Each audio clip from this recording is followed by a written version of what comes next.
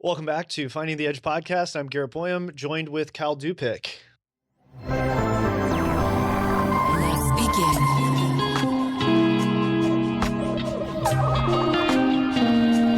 Analyzing. Finding the edge. Something to discuss today, just given all the different conversations that we've been having. I think a lot of it all comes back to, all right, transfer of training, the basic principles of transfer of training, because all the questions revolve around practice. What are we doing in practice? What about this thing? What about that thing? And should we do it? How should we modify it? Or what should we be doing? And to me, it all comes back to the principles of transfer of training. And then, or flipping it back to understanding the performance environment, and even to building off of something that Sean Mishka really talks a lot about, is putting yourself in the shoes of the athlete. And so to me, the only way to really be able to, in some ways, put yourself in the shoes of the athlete, in some ways, is also to have been there yourself.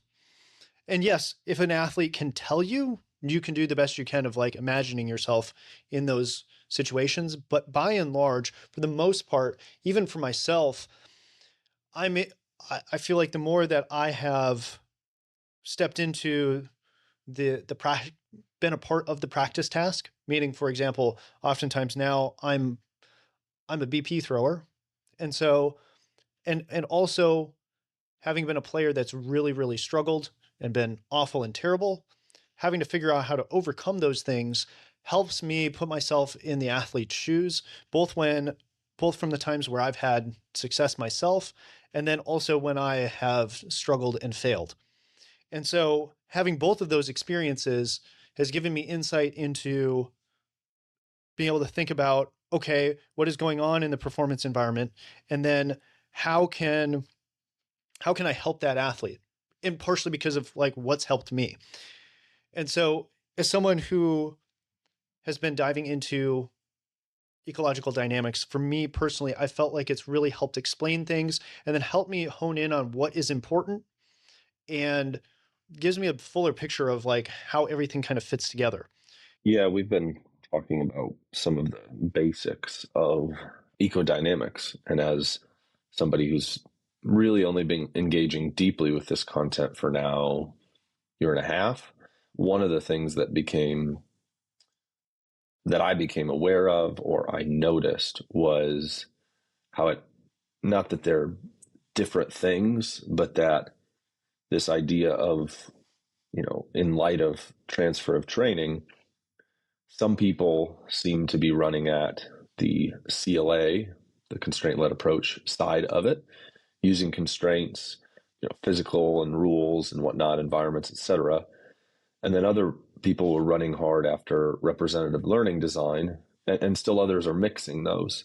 But it definitely seemed like those were spoken about as not two separate things that couldn't mix, but definitely two separate things at times, two different, like you could make something more representative and not necessarily be working as hard to manipulate constraints, and vice versa. It could not be representative at all, but you're really manipulating constraints to try to help them explore the solution space. So I'd be interested in transfer of training. Maybe the thing is to zoom in on either one of those for a minute, kind of define what the difference between those two things are, how they're nested within an ecological worldview, and then talk about why or how, or some examples of how those things might help with transfer of training.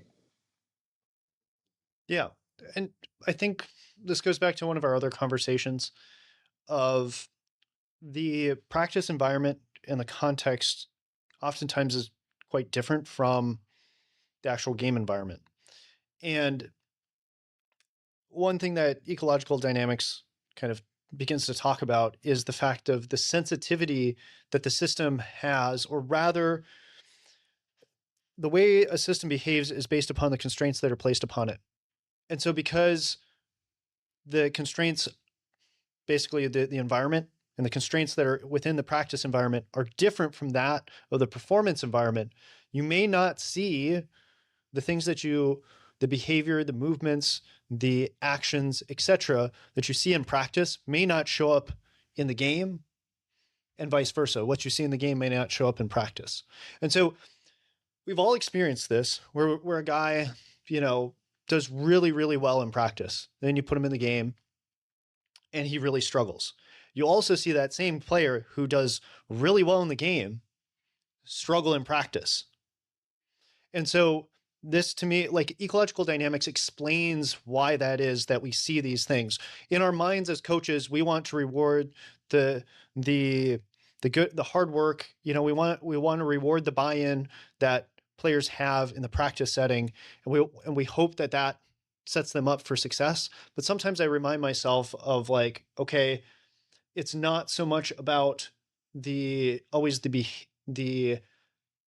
mechanical behavior, in terms of the movements all the time, or even the fact of, like, okay, I know, for example, for hitters, the machine setup that I have is way, it's leaving a lot to be desired, as far as, okay, I got multiple machines here. They're not necessarily set up at the right angles. They're not set up at the right heights. The velocity is not right. The movement isn't right. The sequence, all this sort of stuff is just not right. But at the end of the day, for me, it's actually more about, or rather, in our previous discussion, it was asking the question of, like, okay, what transcends these practice environments into the game? What is this thing that becomes the bridge or the through line that helps us transcend the fact that things are different, the practice environment to the game environment, and vice versa. And so for me, it comes back to this whole notion of problem solving. If skill is a search, and a search to converge onto a functional solution, the athletes that are better at adapting and searching and honing in on a solution are going to have success, in my mind, are going to be able to be more adaptable and all that sort of stuff. And so for me, it's actually trying to figure out what are these things that kind of transcend it.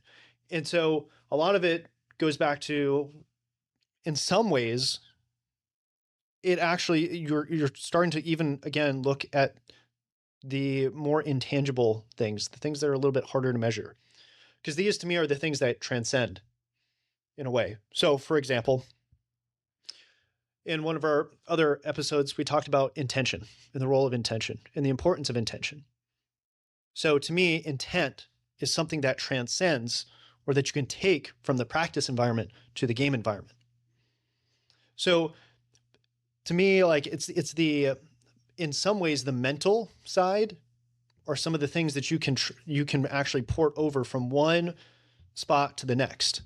And really what you're trying to do, in my mind, of, like, okay, because even though the representativeness is never going to be scaled at 100, because even if you're inter-squad, inter-scrimmaging, that's still not the same as a game when you're playing against an outside opponent with an umpire, like that changes the whole dynamic. It's not the same as scrimmaging. And so, again, and it's not the same as having fans. It's not the same as, playoffs. It's not all these sort of things, right? So because of that, really what you're trying to do within practice is create these different,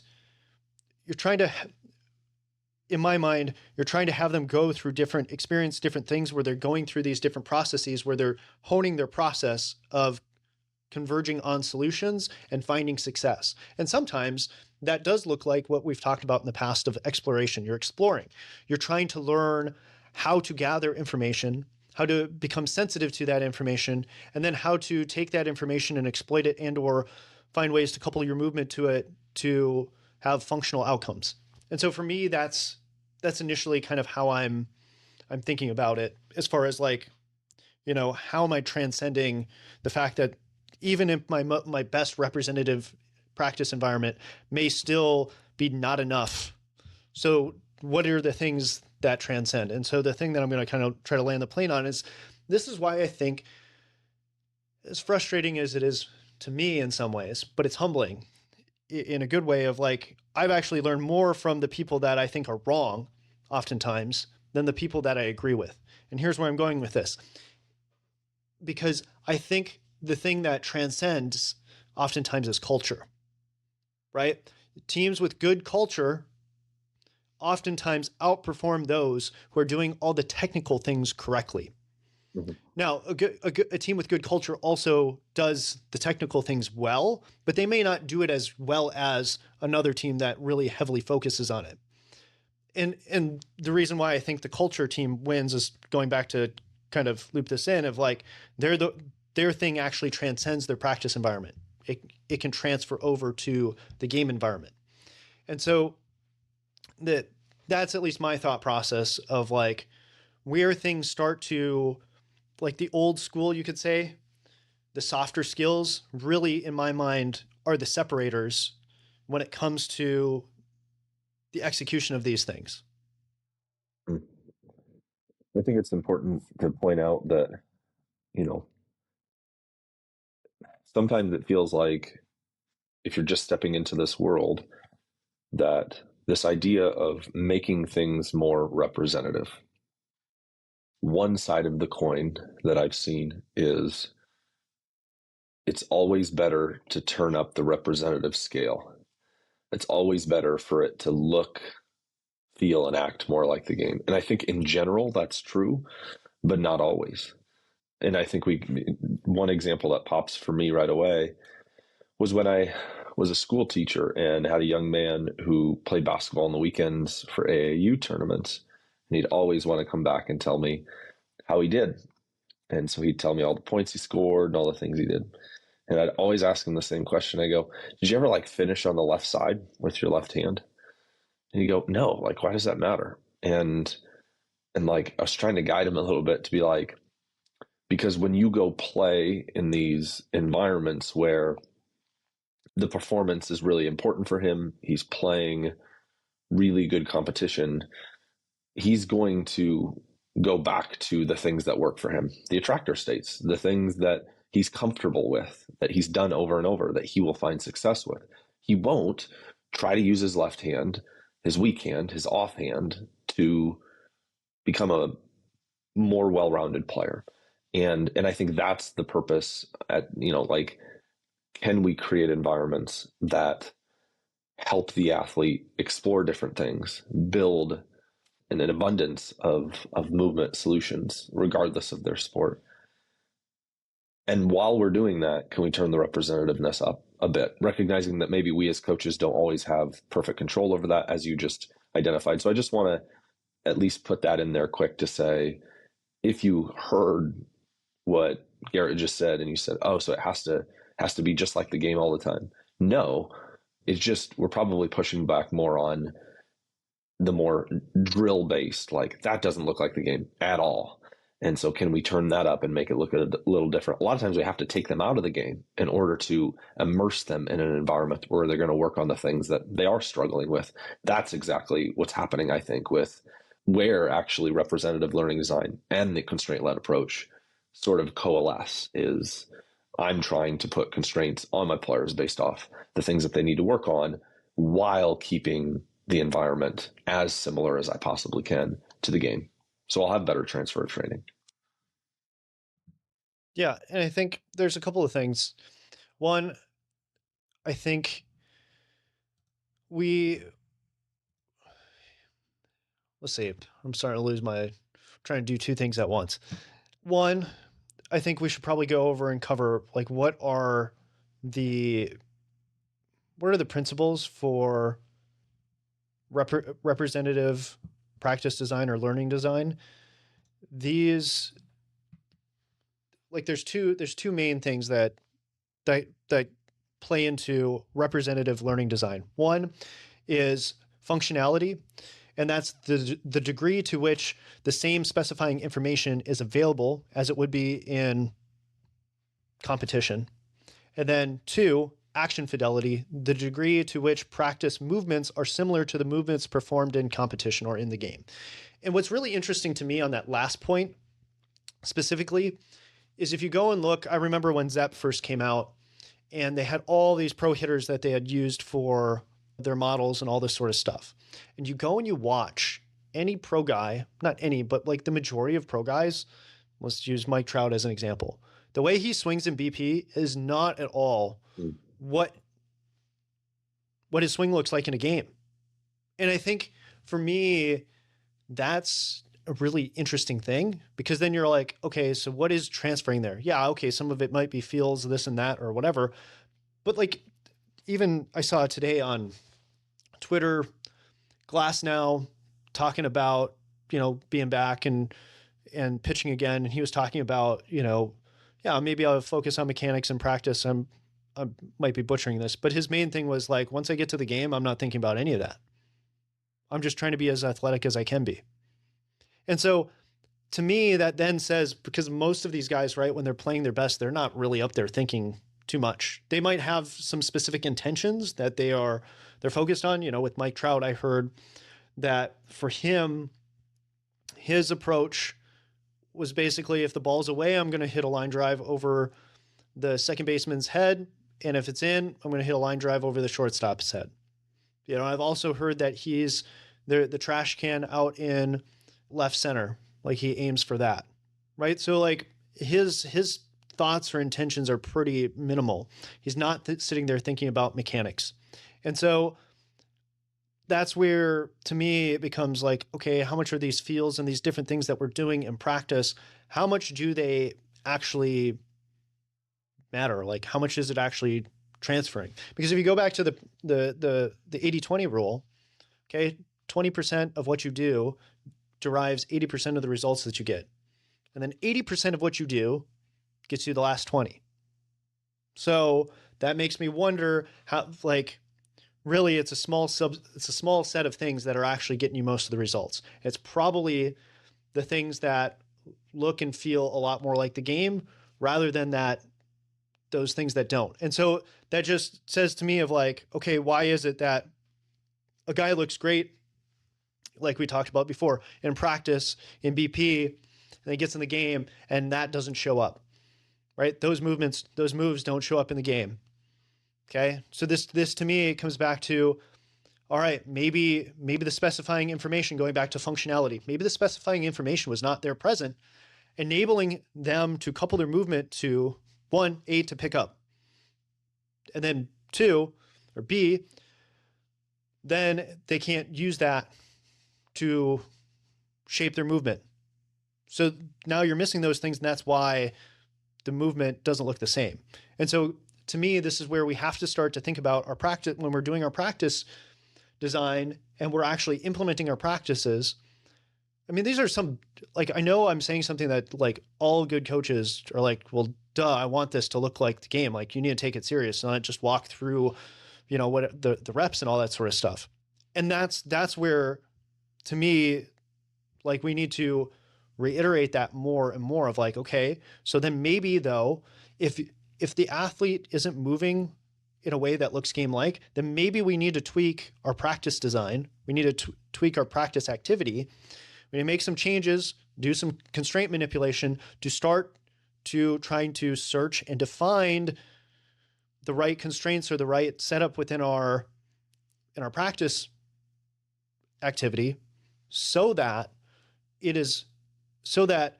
the athlete's movements start to look and more like the game.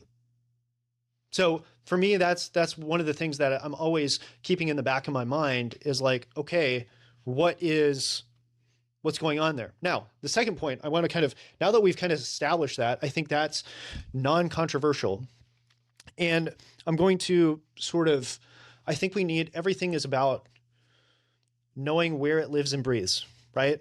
It's about where does all this fit? When do we use it? In what situations and all that sort of stuff. So I want to now throw something else in here to moderate this, because if we're always at really high representativeness, maybe our exploration, we're not able to explore as much. Things are too rigid, right? You start looking at something like banana ball, right? All of a sudden now there's a lot more exploration that's going on. Now, a lot of that stuff may not come back, but this gets into going back to all right, trying to build, what is it, abundance? What is the term that you used before? Like building a bigger toolbox, right? So I want to build a bigger toolbox. I want to have more movement options, more ways of moving, all that sort of stuff. Then maybe we need to actually open it up, loosen things a little bit, make them less representative so that we can do more exploration, so that we become more sensitive to the information in the environment. In another podcast that we did around John Vervaeke, and he was talking about machine learning and neural networks and how a lot of models will overfit to the data. And you need to introduce some noise so that you don't overfit to the data and you can actually drive proper insights. The same thing is true here when it comes to practice. If we're always doing the same things over and over again, we fall into different sort of attractor states, patterns, natural patterns, and we stop exploring. And so to me, this is where at times we actually need to maybe switch some things up. So those are kind of my initial thoughts on, when we're talking about transfer of training, representative practice design, and then also exploration. Because these are like the three pillars of like player development. I have heard the phrase "slices of the game" was something that the folks over at Emergence use a lot, and I think that it's easy to miss that a slice of the game is not a slice of the game, so to speak, if it doesn't have some of the things that you're talking about there, the functionality and the action fidelity. So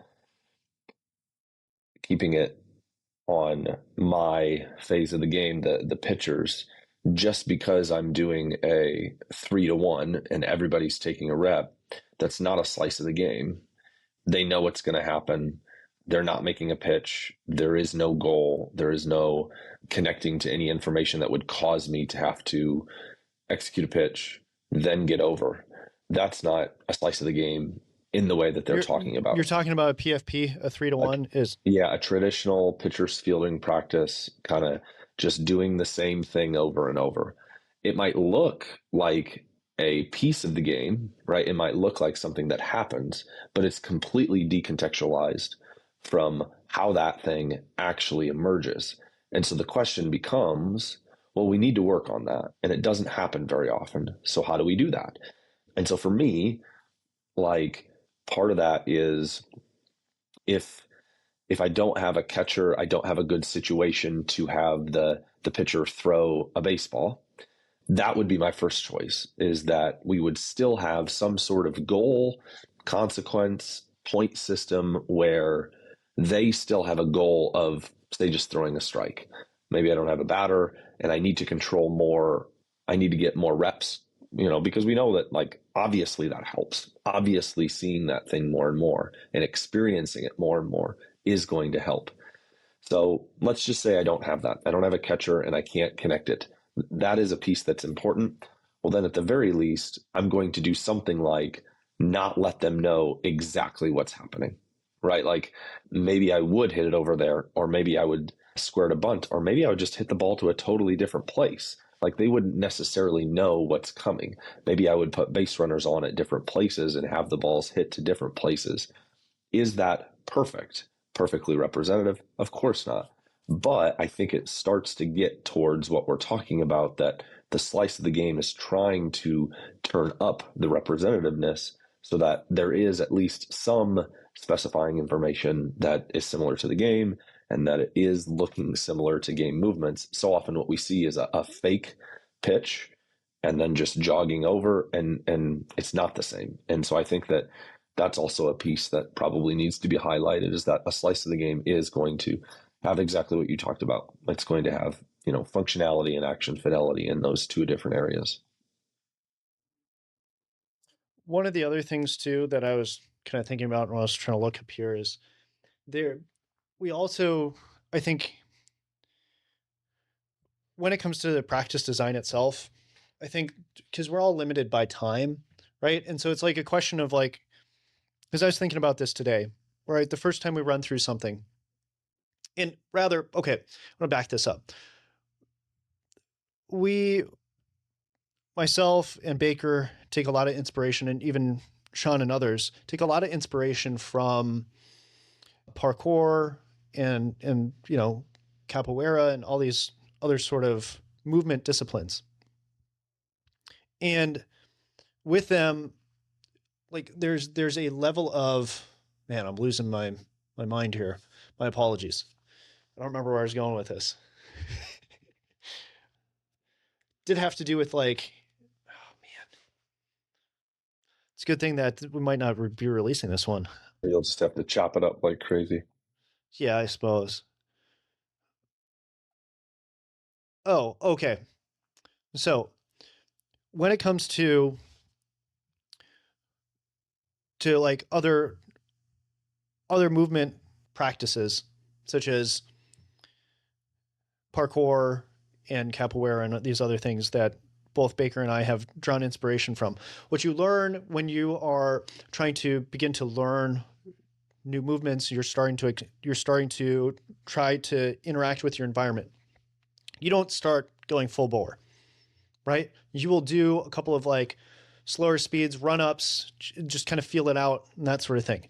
So to me, that's like your base level. It's a little bit of exploration. It's a lot slower. It's a lot less variable, although you can try it in a few different ways, all that sort of stuff.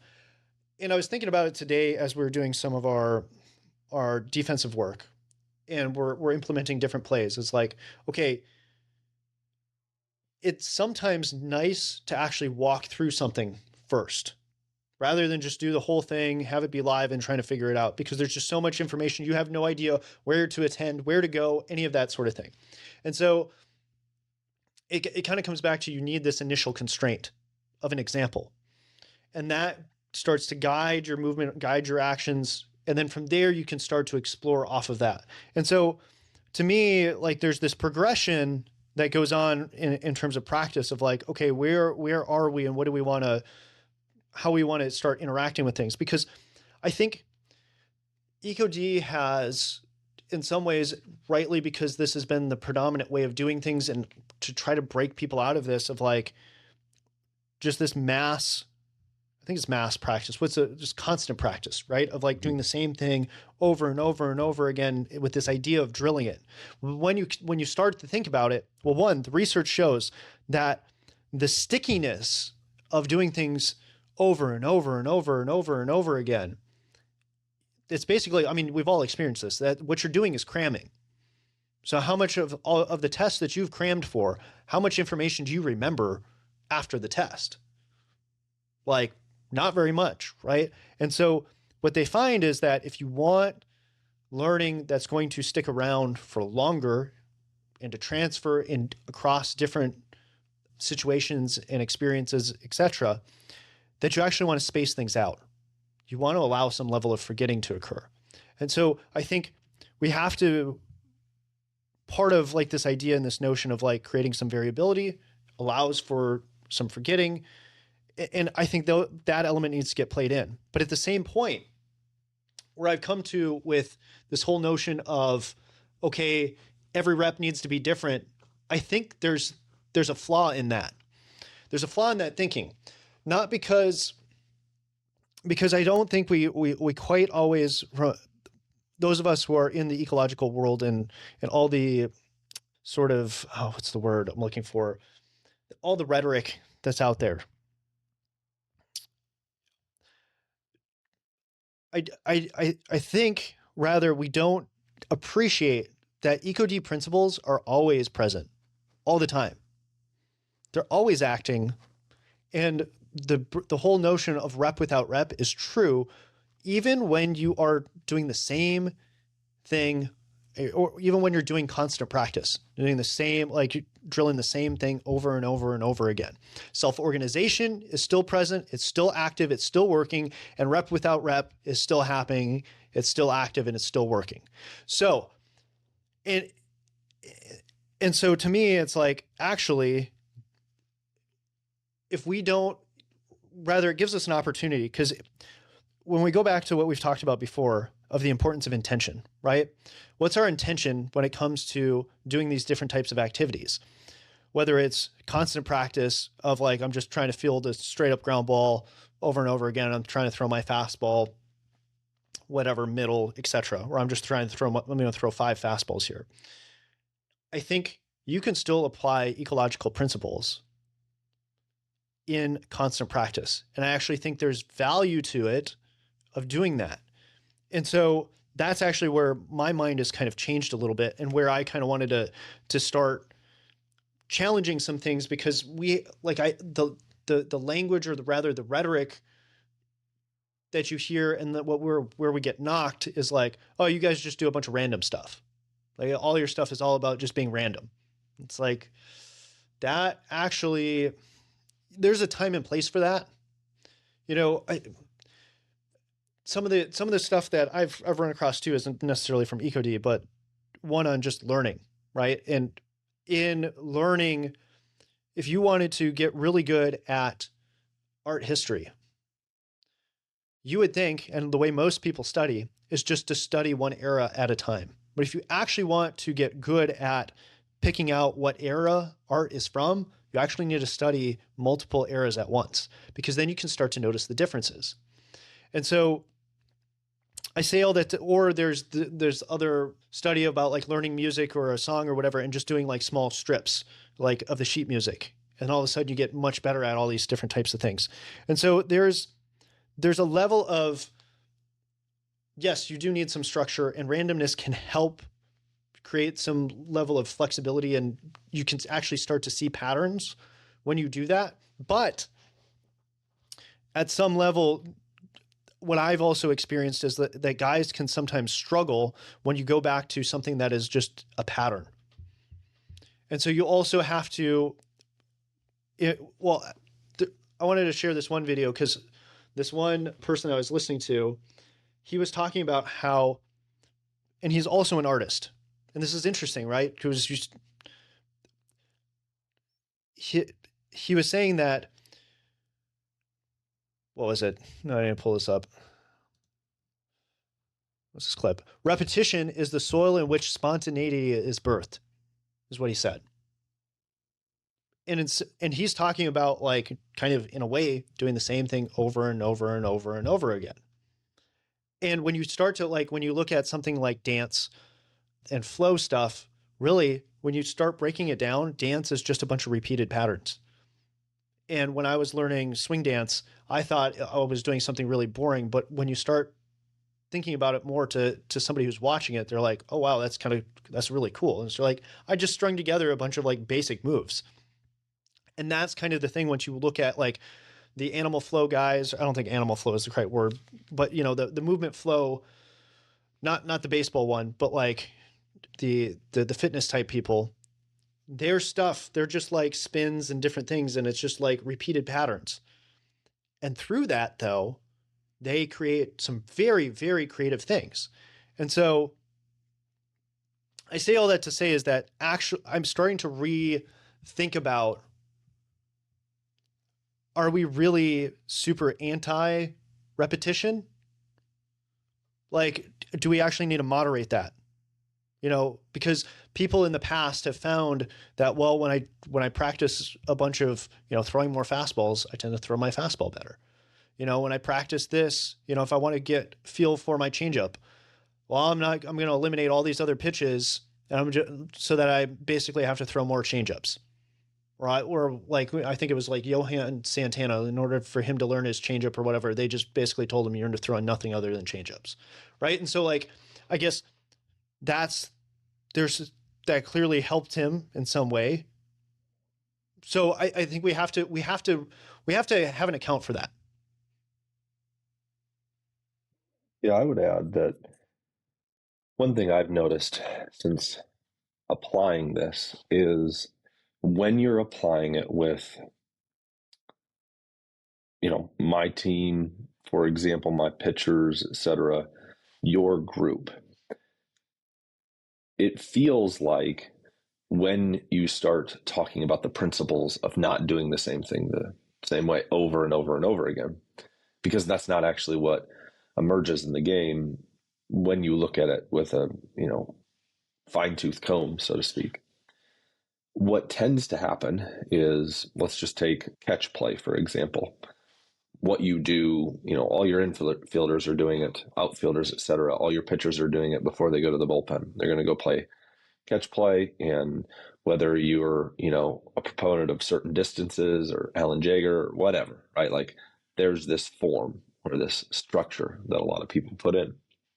So when I institute something like, we want to have more athletic catch play. We don't want to just be robots the whole time, but we want to move and flow and do different things. What tends to happen is that guys feel like every throw has to be 180 degrees different than the one before. And that's been frustrating for me because that's not actually what's happening during the game. I want to acknowledge that I think exploring way beyond and even just slightly beyond what they're experiencing as a pitcher still has crucial, important benefits. But for instance, yesterday during practice, because I've captured that and seen that so often, I finally just had to, control's the wrong word, but zoom them in much, much stronger. And what I did is I talked to each set of partners for catch play. And I said, hey, player A is going to start the catch play with something that they want to start with. And a lot of our guys will start with they'll just do circles with their arms and then they'll just let the ball go. I go, the other person's required to copy that once. And then what's going to happen is the original person who sort of chose the initial drill movement, whatever you want to call it, you have to figure out a way to do it such that when I look at you, I go, oh, that looks similar, but it's just a little bit different.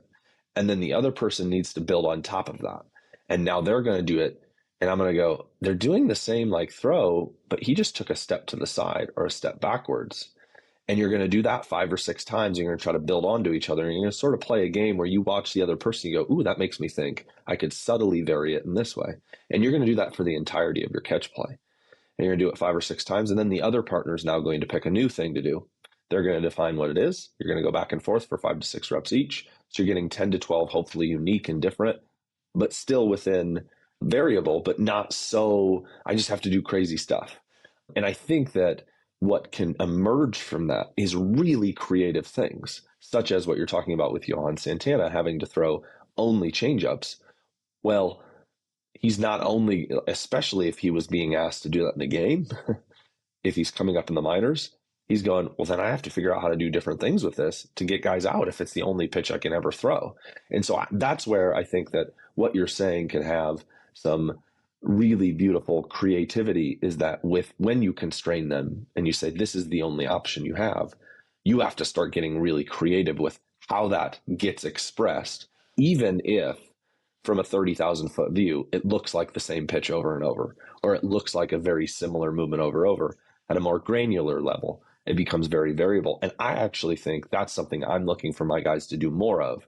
Not when I do my plyo work, everything looks like a totally different drill every time, but they're finding subtle ways to move and solve the problem that they're trying to do, whether they're being more internally focused and they want to focus a little bit on some sort of mechanical thing that they want. I'm not going to push back against that all the time, or if it's more of an external target goal and we're just putting different things. So I think that that's an important piece that you're bringing out about the repetition. And I think that we see this, there's a website where I think it's only haikus about spam. And it's like, how silly and weird is that? But they put such a crazy constraint that what you get is incredible creativity about haikus within spam, because that's the only thing they can write about. And I think that that's what we're kind of talking about here, is that there's incredible value in that. Because our game does look fairly similar thing to thing to thing, it's not like a football game where it's going to be the movements are going to be dictated in very different, whether you're closer to the sidelines, bigger hole position, etc. Ours do tend to at times look a little bit more similar. And I think that that's maybe what we're talking about a little bit here. Yeah, I'm going to try to do something here. I don't know if I'm going to be successful. I'm going to try to tie a bunch of things in here together. Let's see here. One of the things that, because I mean, there's a lot there that I want to kind of touch on. Let's see here. All of it's running away from me. So when it comes to going back to what we've been talking about, transfer of training, okay, we want to see things transfer to the field. So this is something that Sean brought up when he was working with Everson, and he would like their whole off-season theme was exploration. And so he's exploring, trying to be creative, finding ways to get stuff done. I feel like I've said this multiple times on the podcast, but anyways, hopefully this will start to resonate and make more sense in the context here of, okay, so he is doing all this exploration. He's getting into preseason where he needs to win a job. And he's still exploring in preseason when he needs to find the most parsimonious solution and get the job done. And this, for me, like that story illustrated to me this tension, this that you're playing here of exploration and creativity and the most functional solution. And this actually comes back to me of like one of the vital things that ecological dynamics, especially ecological psychology, is trying to get us to understand is it's about connecting to the environment, to the information that is present right now.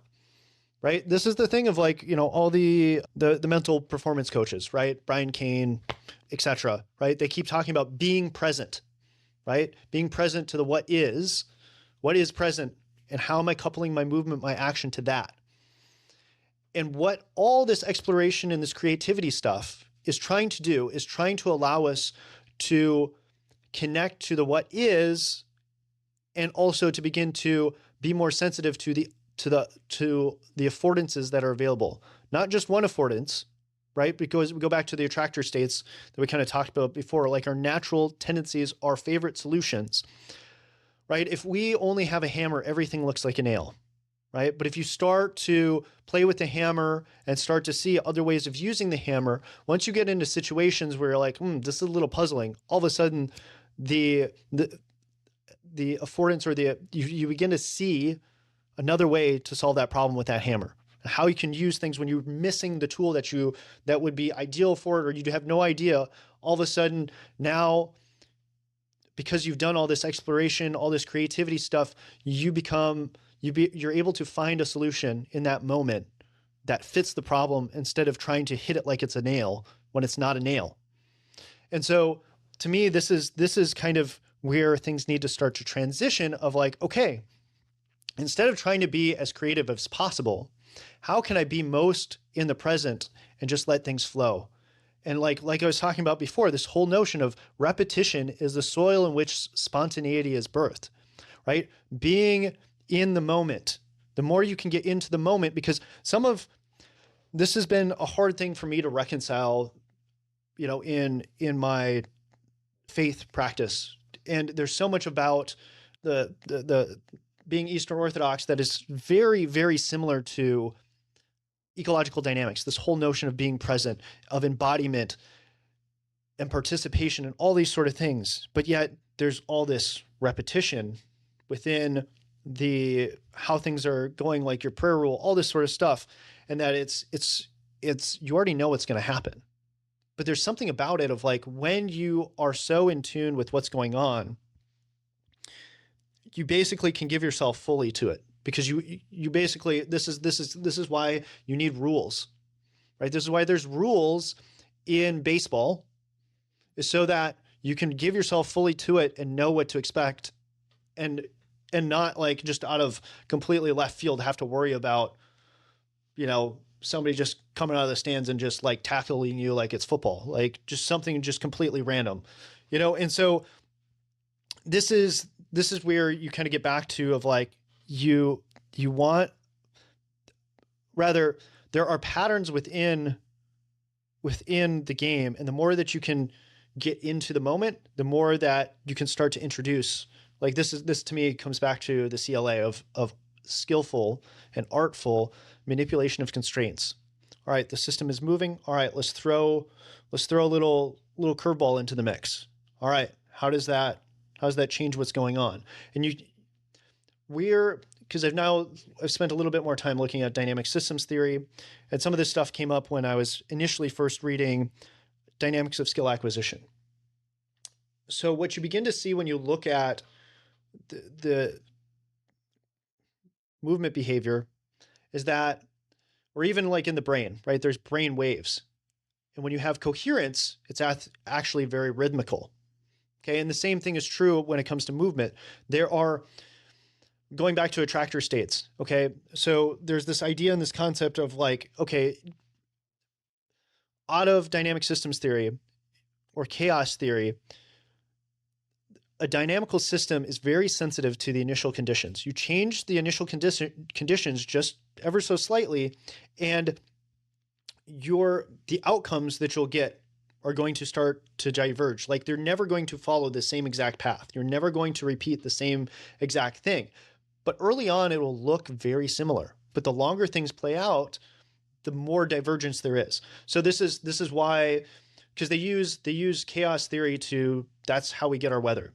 This is why they can't predict more than 10 days out with any level of accuracy, is because the further the model goes out, the more the error begins to, get magnified. It's the same thing, right? If I'm off just a little bit at the beginning and I want to go to, McDonald's or whatever, if I'm off just by a little bit, no big deal, because it's still going in the direction that I'm trying to go. If I want to go north, even if I'm off just a little bit to the west, I'm still heading north. But the further out I go, the more off of north I'm going to be. So this is true when it comes to our movements and whatnot, is that these small conditions start to make these big changes later, like longer down the road. But also within that, you see this pattern. These patterns emerge in these dynamical systems. And these patterns oftentimes, well, to me, the way that they move, they kind of have they have a rhythm to it. There's something about them that, so for example, a lot of the different tasks, they're like oscillations. And so where I'm going with this is that rhythm seems to be a huge component in order for us to move in a fluid way. And this is something that in the Sport Movement Skill Conference, Rafe Kelly talked about, in talking about like what are the basics of locomotion or whatnot. And so to me, this is where rhythm, and what is rhythm? Rhythm is a repeated pattern. And so this is where, okay, so if you can get in rhythm, all of a sudden, now you can start to be creative. You can do, you can syncopate things, right? Like this is, or you can slow things down, whatever, you can take a pause, all these different sort of things. And still, as long as you stay in rhythm, your movements are able to flow and to stay connected to the what is. So anyways, that to me is like something that I've been thinking more about is what is this interplay between repetition and rep without rep? How do these two things play together to get us, one, creativity, but also skilled performance? It makes me think of an at bat our starting catcher had this past weekend. He was late on a fastball, and then for some reason, the lefty threw him a breaking ball, and he was way out in front of it, but got his barrel to it and hit it right down the line for a home run. And not only was the sequence, I thought, terrible, but it was such a perfect example of how to look at one side of the equation, so to speak. Having the same swing every single time will not work. Now, what would be when we're doing a dynamic warm-up or we're doing catch play, and I'm talking about that example, and it's like you're making every rep different, that feels like it can be a lot crazier different. When you're swinging a bat, like there's not a ton of different ways. There's not ways to me that I currently think of that I'm going to swing that bat and it's going to be drastically different in terms of having to hit a ball coming at me. But I could pull the ball by trying to get jammed. I could pull the ball by being on time. I could pull the ball by being out front. Essentially, I could find these creative ways to do the same thing, to pull the ball and to see if I could have success hitting it down the line. Because in this situation, like, it didn't look super pretty. He wasn't, I don't think he was necessarily fooled because he was late on the previous pitch, but he was a little out front of this. But he had a functional solution, and it was a great one. It was a home run. It was the best solution that you could possibly have as a hitter. And I think that that's what it makes me think of just a little bit is how do we zone in our repetition, rhythm, et cetera, that you're talking about, our rep without rep, to accomplish different things in the same way, but not accidentally communicate that it has to look drastically crazy weird, but that we can look at a lot of these players and programs that are they having success because they're doing the same drill over and over? I think we would fight back on that. And I think we would look at the more long-term development and acknowledge that those guys are being embedded in a lot of game environments, et cetera. But I think that that's one way that we could look at that and go, why might that player be getting better instead of ruined? Because sometimes I think maybe the way that we talk about ecodynamics is like, we almost like, if you're going to do the same thing every single time, then that's going to ruin you. And that's not what we're saying. What we're saying is that there's a better way to do it. You'll probably get better at hitting a baseball if you hit the baseball in the same way every single time, because you're still hitting a baseball. The human body is amazingly adaptable. We just think that this way will make you better faster. It'll make you more adaptable. It'll make you have solutions like our catcher did this past weekend. Ones that maybe don't look perfect, but are completely functional for the situation that emerged.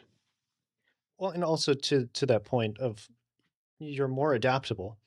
And this, going back to your point of, yeah, okay, well, okay, so I got a response on a comment that I put on a YouTube video about traject and my thoughts on that.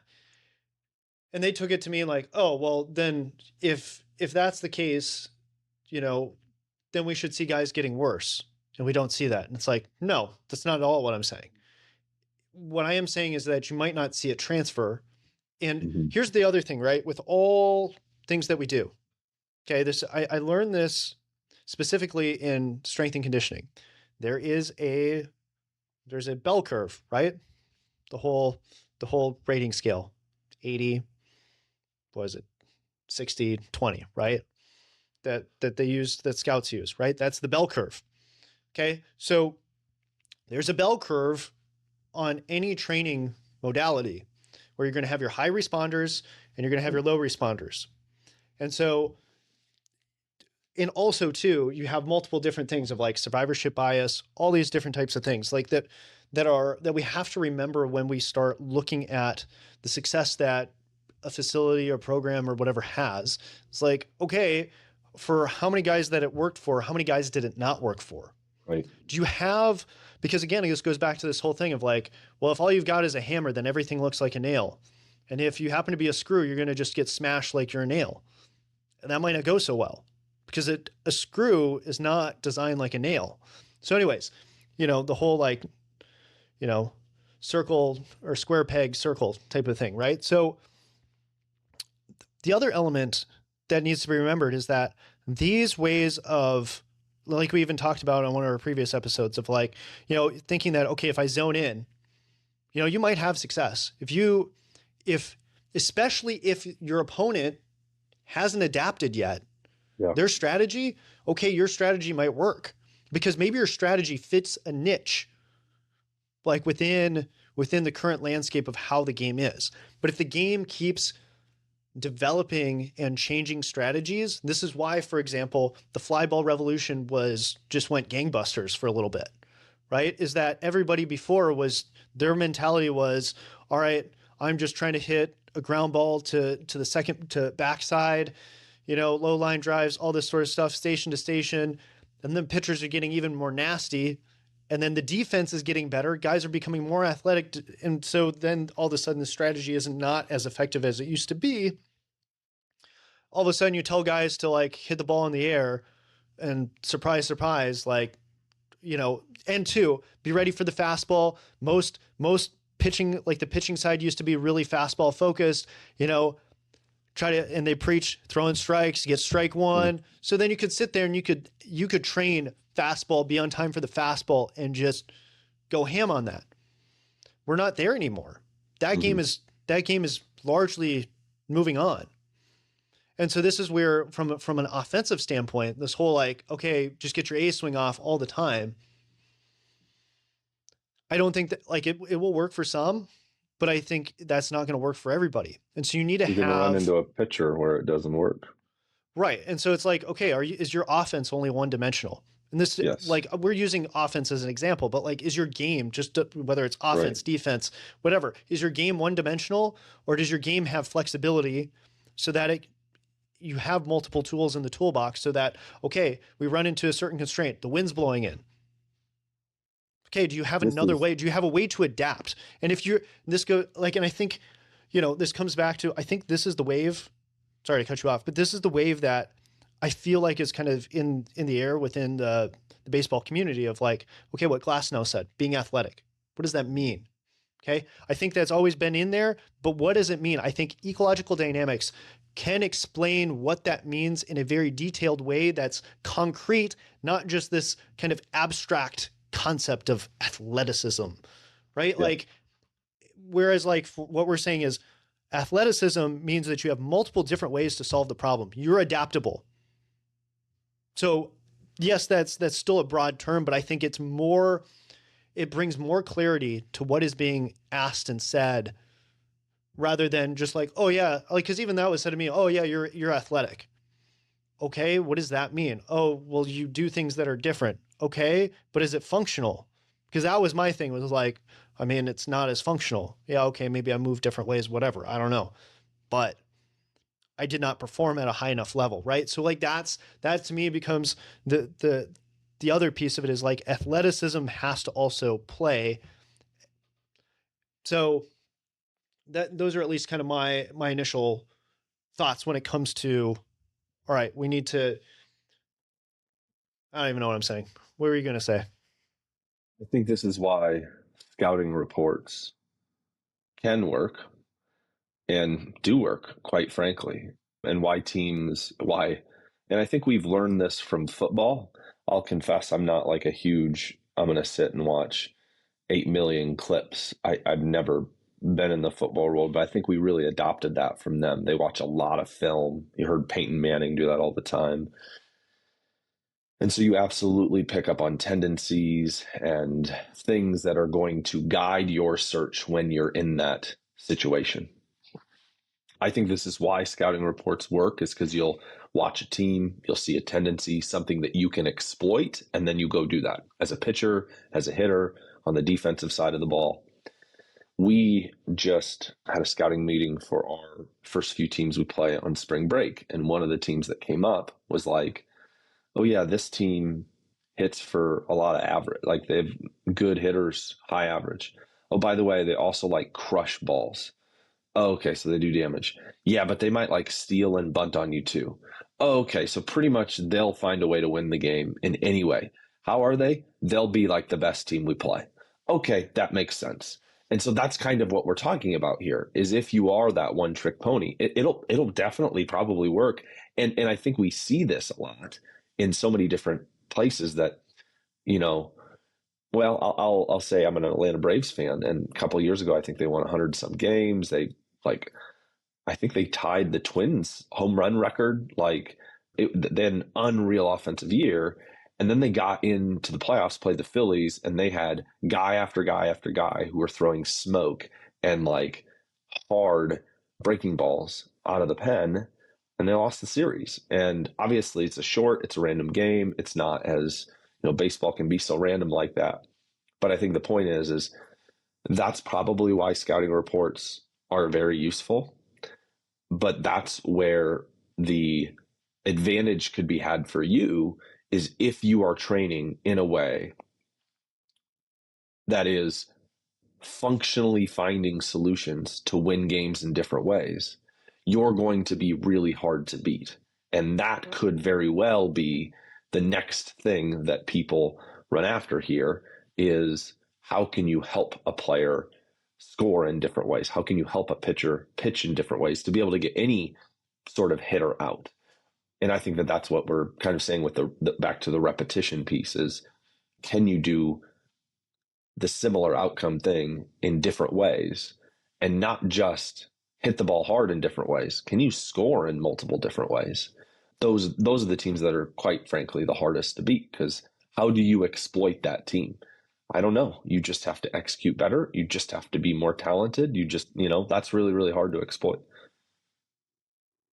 And one of the things too on what you're saying is, I think part of the reason why tendencies and why we're seeing so much success at the professional level of exploiting people's weaknesses is because they athletes or hitters, or doesn't matter which side of it, aren't trained to be adaptable.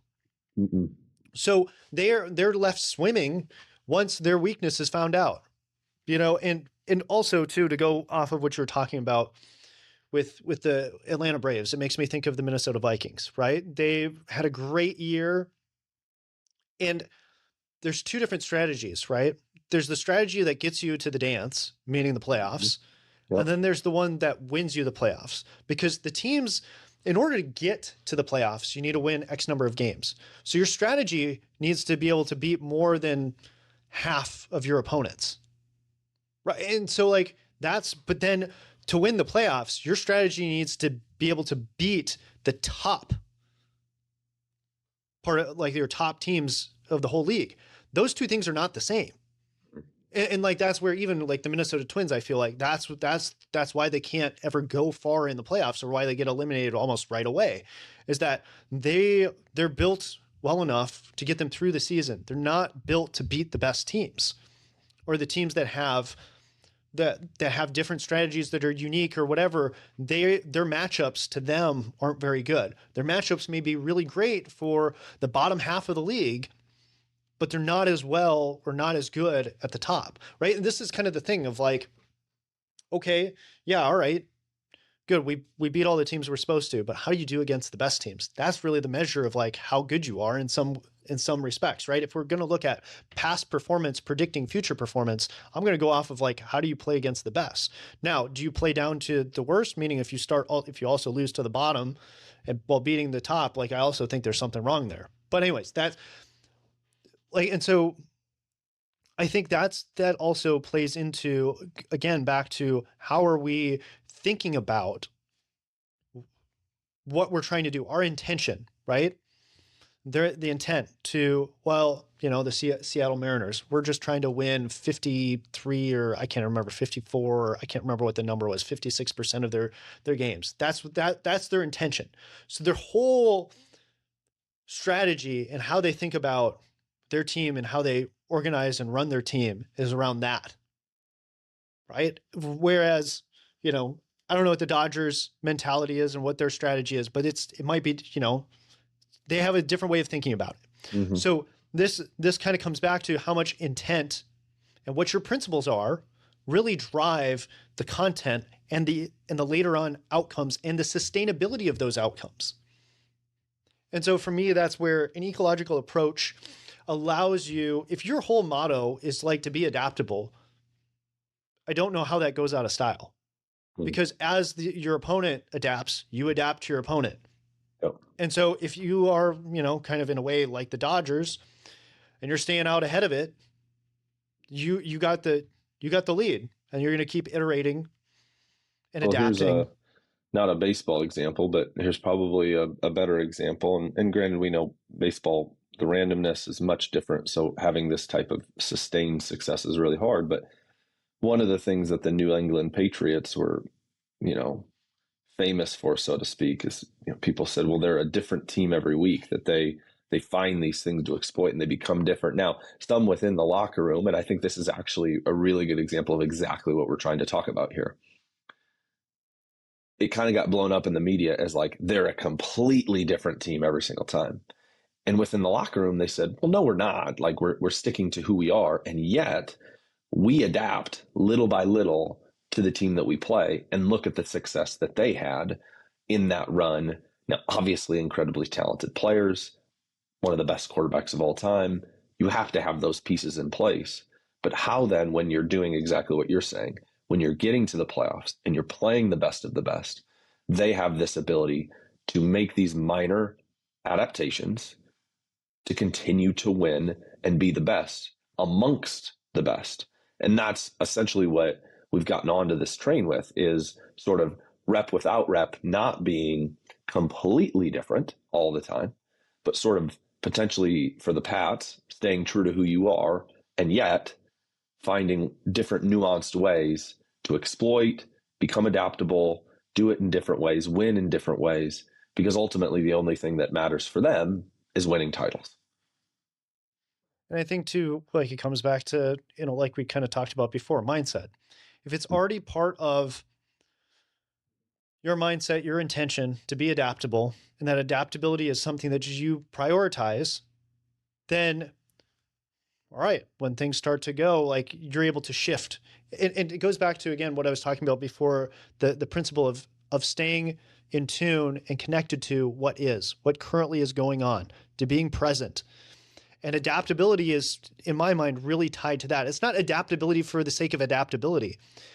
Going back to transfer training, kind of the whole point of this is like, it's about finding a functional fit. It's about the execution. It's about the outcome. It's about the performance outcomes. And it's adaptability around that. And another key component of, what are the basics of ecological dynamics, right? It's all, especially the ecological psychology side of it, it's all about relationships. Your relationship to the information, the environment, and the relationship to your movements, your actions to the outcome. And so your adaptability needs to be tied to that, towards working towards that end of finding success.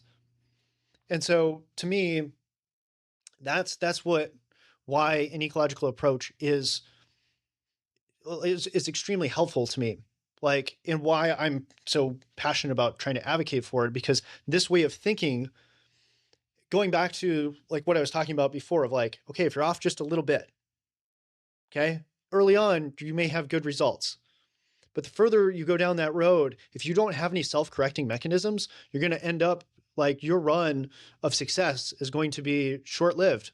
Maybe it's, the window that you have is going to be shorter than if you have these self-correcting mechanisms. And to me, this is when I look at it of like EcoD, the ideas, the concepts will keep you on the path that's going to extend your window of success. And so for me, that's why I think it's so powerful, and is why it's so different than everything else. And also, again, Michael O'Connell released a Substack article today that I thought is kind of where I think things need to get going, as far as everybody is talking, this era has been the era of data, and being data driven. I think the next phase and where the next advancement lies is in being principally driven. Because data doesn't tell you what to do. Data needs to be analyzed. So you need principles and frameworks to be able to help you utilize that data in the most effective way. Data doesn't interpret itself, and you have to be able to discern from good, bad, all this sort of stuff. Like, data is just is data. And so you actually need a framework, you need principles to actually know what to do with that stuff. And so I think really ecological dynamics, it gives you principles and a framework, a way of thinking to be able to fully utilize everything, in my mind, from the past and the old and the new school stuff. It allows you to sift things and to figure out what is good and useful and functional, and to know when and where to do that. So that's kind of my pitch for that. You got anything that you want to land the plane on? No, just I think the most helpful thing is, as we're searching for those principles, I think that you highlighted it twice, once at the beginning here, and then now again near at the end, being connected to the outcomes that you're looking for, not necessarily, ones that a spin rate or something, but something that's connected to the game and allows you getting yourself on base. right? Getting the next guy up as a hitter, or getting the batter out as a pitcher. The thing that is the very thing that will help you win the game. That is the very thing that you're trying to do. So I think staying connected to that, and then ultimately kind of what's underneath that is what you said at the beginning, that it really, one of these principles is very clear that it comes back to problem solving and having the ability to solve multiple types of problems regardless of what emerges. Yep, I agree. All right. Until next time.